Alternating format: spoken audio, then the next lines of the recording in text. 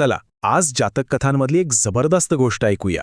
ही गोष्ट आहे बुद्धी आणि भ्रष्टाचार यांच्यातल्या लढाईची. जरा विचार करा, एक ज्ञानी तपस्वी आहे आणि त्याचे शत्रू इतके ताकदवान आहेत की त्यांनी थेट राजालाच आपल्या मुठीत ठेवले. मग अशा वेळी काय करायचं? ही गोष्ट आपल्याला हेच सांगते की सत्ता आणि खोटेपणा कितीही मोठा असला तरी खरं शहाणपणच हे सगळ्यात मोठं शस्त्र कसं ठरतं. तर मग प्रश्न हा आहे की जो शत्रू राजालाच कंट्रोल करतो त्याला हरवायचं तरी कसं? म्हणजे तुमचे शत्रूच जर राजाला नियंत्रित करत असतील तर फक्त सत्याच्या जोरावर लढाई कशी जिंकणार? चला तर मग पाहूया महाबोध या मोठ्या कोड्याचं उत्तर कसे शोधून काढतात. तर गोष्टीची सुरुवात होते वाराणसीमध्ये. इथे महाबोध नावाचे एक मोठे ज्ञानी तपस्वी येतात. त्यांचं ज्ञान, त्यांचा शांत स्वभाव सगळ्यांनाच ते खूप आवडतात. पण गंमत बघा, त्यांचा हाच चांगुलपणा, हाच न्यायीपणा त्यांच्यासाठी एक मोठं संकट उभं करणार आहे. राजा तर महाबोध यांच्या ज्ञानावर इतका खुश झाला की त्याने त्यांना थेट दरबारात सर्वोच्च स्थान दिलं. आणि हे काही 1-2 दिवसांसाठी नव्हतं, तब्बल 12 वर्ष ते राजाचे सगळ्यात जवळचे मित्र आणि सल्लागार बनले.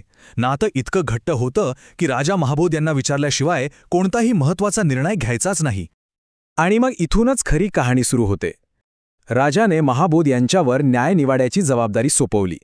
त्यांनी इतका छान आणि निष्पक्षपातीपणे न्याय द्यायला सुरुवात केली की सामान्य लोकांना खरंच न्याय मिळू लागला.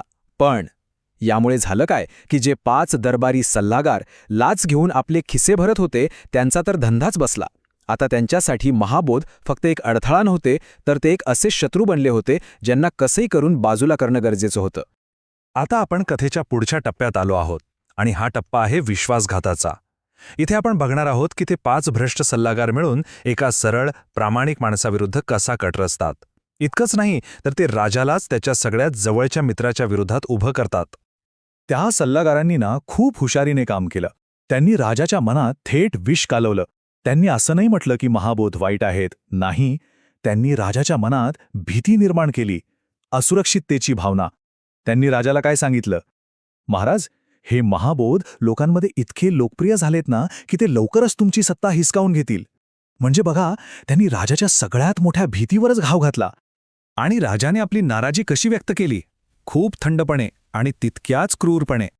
रोज महाबोध यांचा अपमान वाढत गेला. पहिल्या दिवशी त्यांना साध्या आसनावर बसवलं, दुसऱ्या दिवशी राजशाही आणि सामान्य जेवणाचं मिश्रण दिलं, तिसऱ्या दिवशी तर त्यांना थेट पायळ्यांवर बसायला लावलं, आणि चौथ्या दिवशी त्यांना खालच्या टेरेसवर बसवून चक्क तांदळाच्या कण्यांची पेज दिली. हा फक्त अपमान नव्हता, हा एक प्रकारे राजा महाबोध यांच्या संयमाची परीक्षा घेत होता. त्यांना तोडून टाकण्याचा प्रयत्न होता हा. शेवटी झालं तेच. खोट्या गोष्टी ऐकून ऐकून राजा पूर्णपणे आंधळा झाला. त्याला खात्रीच पटली की महाबोध त्याचा सगळ्यात मोठा शत्रू आहे. आणि मग त्याने एक असा निर्णय घेतला जिथून मागे फिरणं शक्यच नव्हतं. त्याने त्या 5 सल्लागारांना महाबोध यांची हत्या करण्याचा आदेश दिला. विचार करा, 12 वर्षांची मैत्री, 12 वर्षांचा विश्वास आणि त्याचा शेवट असा.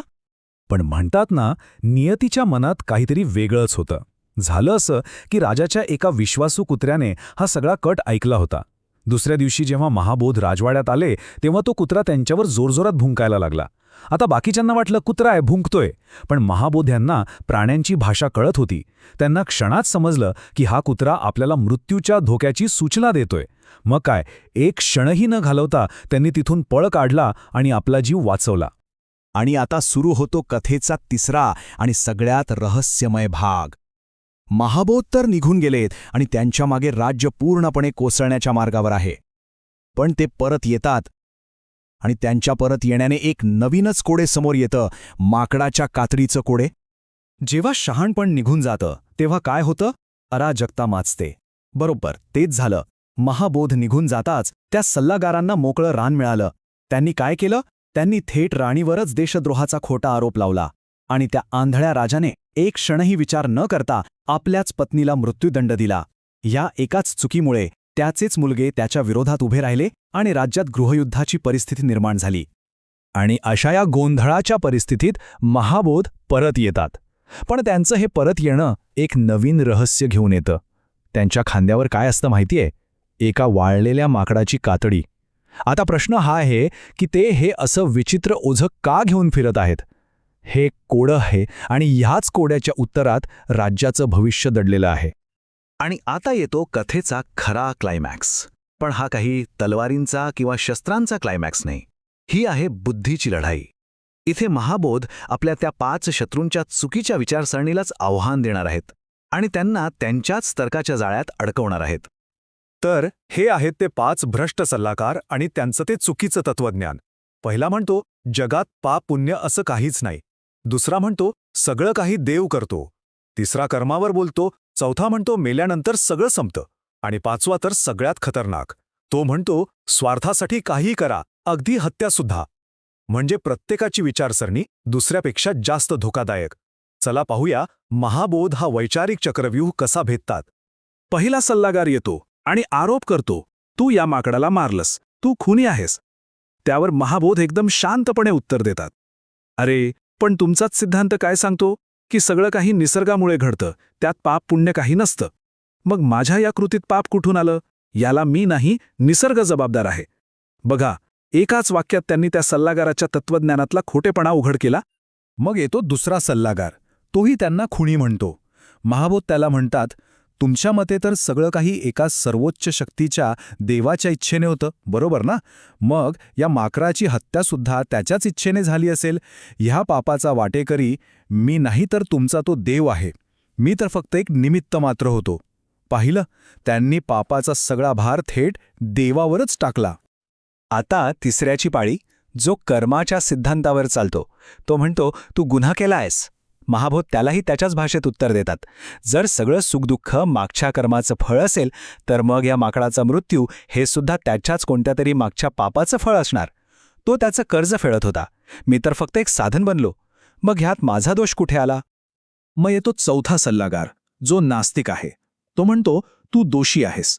महाबोध त्याला विचारतात, तुमचा सिद्धांत म्हणतो की मेल्यानंतर सगळं संपतं, आत्मा वगैरे काही नसतो, बरोबर?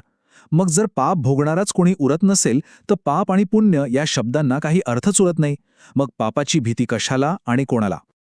आणि शेवटी येतो तो 5वा सल्लागार, जो म्हणतो की स्वतःच्या फायद्यासाठी काहीही करणं योग्य आहे.